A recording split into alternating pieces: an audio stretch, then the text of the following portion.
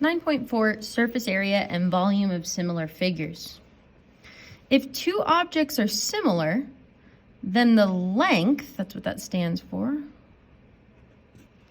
the length or ratios of their corresponding lengths are equal.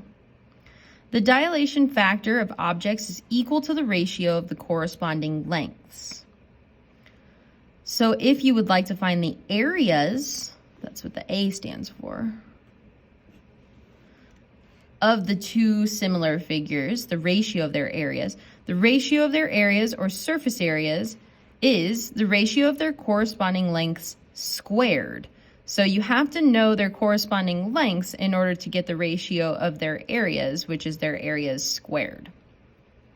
It's not, this is just the ratio of their areas, not their actual areas. You would have to know one or the other's actual area or surface area in order to calculate the other ones. And then this last one is for volume. The ratio of the volumes is the ratio of their corresponding lengths cubed. So when we're working with similar figures and we want to know the relationship between their length, area, and volume, it's nice to draw a small little table here where I do a length, and that's A over B.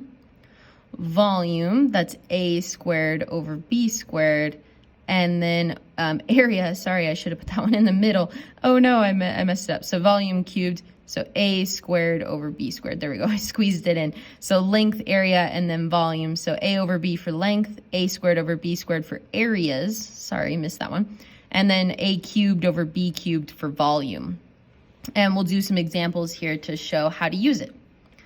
The perimeter of the bases of two similar prisms are 50 meters and 20 meters.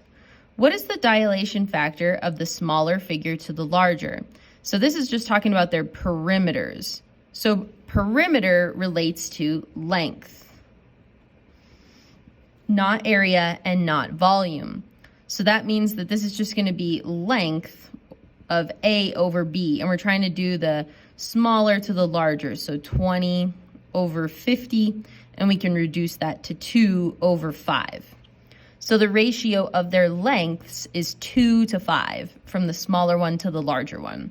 Sometimes you'll see it written in textbooks as a ratio like this, where they'll say 2 to 5, but you can write it as a fraction 2 over 5. What is the ratio of any two corresponding lengths? Well, that's what we just calculated. That's going to be 2 to 5. That's lengths from the table there. So then now we're going to start working with area. So this is where we can draw the little table that we had up above. So length was 2 to 5. Then we have area, and then we have volume. We're going to want that next anyway. So area is going to be 2 squared to 5 squared. So then what is the ratio of the surface area of the larger figure to the smaller? So notice this time they want us to do the opposite direction. So if we want to do the ratios of the areas from the larger to the smaller, it's going to be 5 squared over 2 squared. 5 squared is 25, and 2 squared is 4. So 25 over 4. What is the volume of the smaller figure if the larger figure has a volume of 900 meters cubed? So now I need my volume ratio, so that's going to be 2 cubed over 5 cubed. Always reference your lengths. So 2 cubed is going to be 8, and 5 cubed is going to be 125, so that's going to be 8 over 125. And now we can set up an actual ratio to solve this problem. They gave us an actual volume here. So let's make our unknown. So this is the volume of the smaller. So I'm going to write it as V sub S, just as a variable, saying that that's the volume of the smaller. And that's going to be proportionate to the volume of the bigger one, which is going to be 900. So volume of the small to the big. And now we can use our ratio. Small to the big equals 8 over 125. So now we have a ratio we can cross multiply or multiply both sides by 900 is really what's happening. So V sub S times 125, 900 times 8 is 7,200, divided by 125, So the volume of the smaller figure is going to be 57.6 meters, and this is volume, so meters cubed.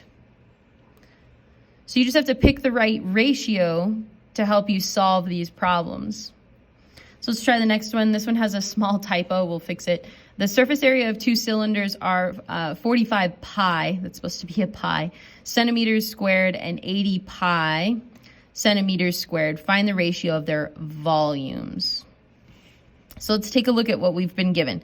The surface area of any two cylinders is 45 to 80. So when we have our little table here, length, area, and volume, the ratio that they're giving us is the areas ratio, the middle one.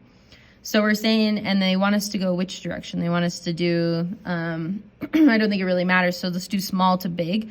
So if we do area is 45 pi to 80 pi, the pi's cancel, and then you can reduce 45 over 80, you can reduce that to 9 over 16. 9 over 16 is now the ratio of their areas. So before we can get the ratio of their volumes, we have to go backwards in order to get the ratios of their lengths. So the square root of 9 is 3, and the square root of 16 is 4.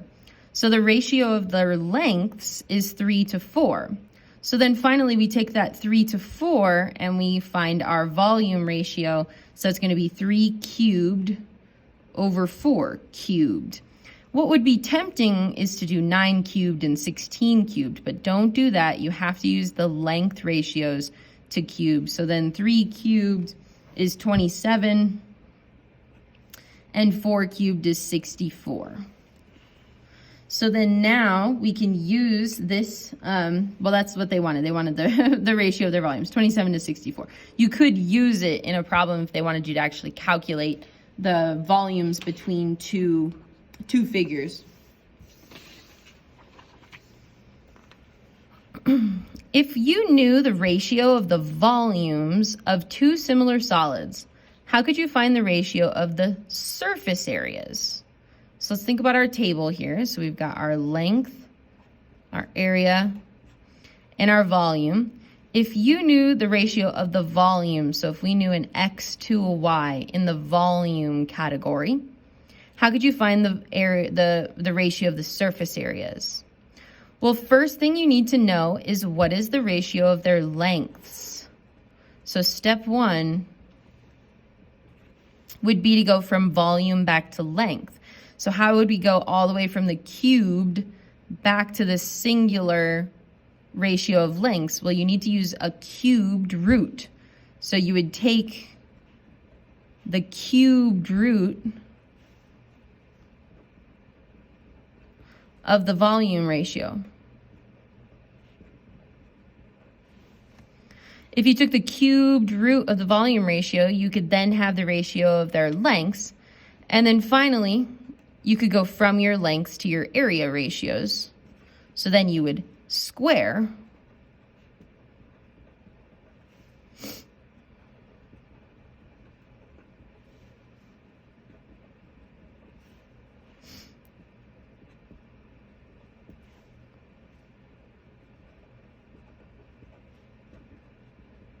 So then you would square the length ratio to find the area ratio. Last example.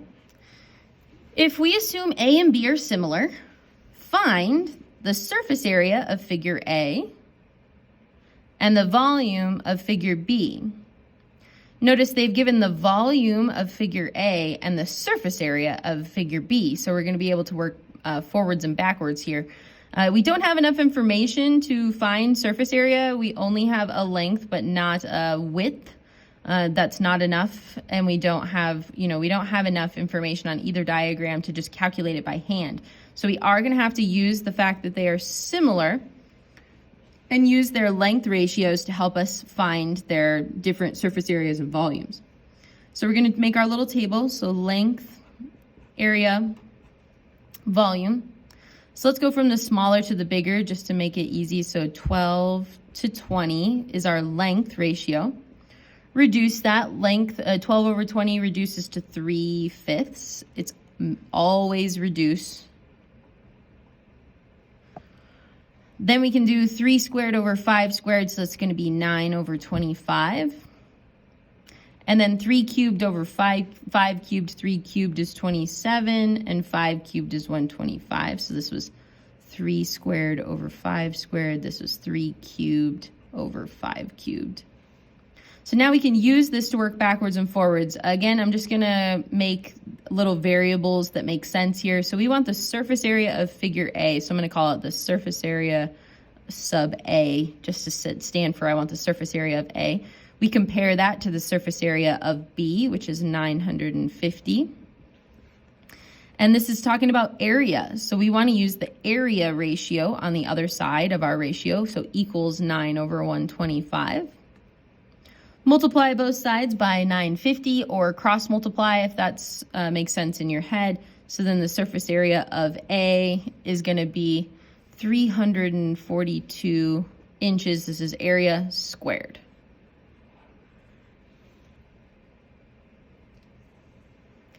You go ahead and try to find the volume of B on your own.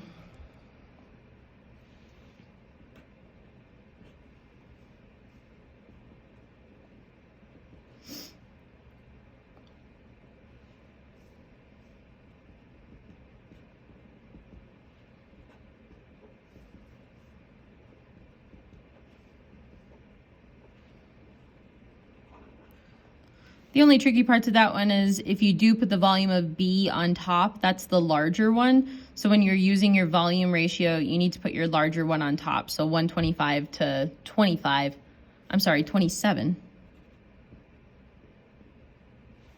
to get your solution. Thank you.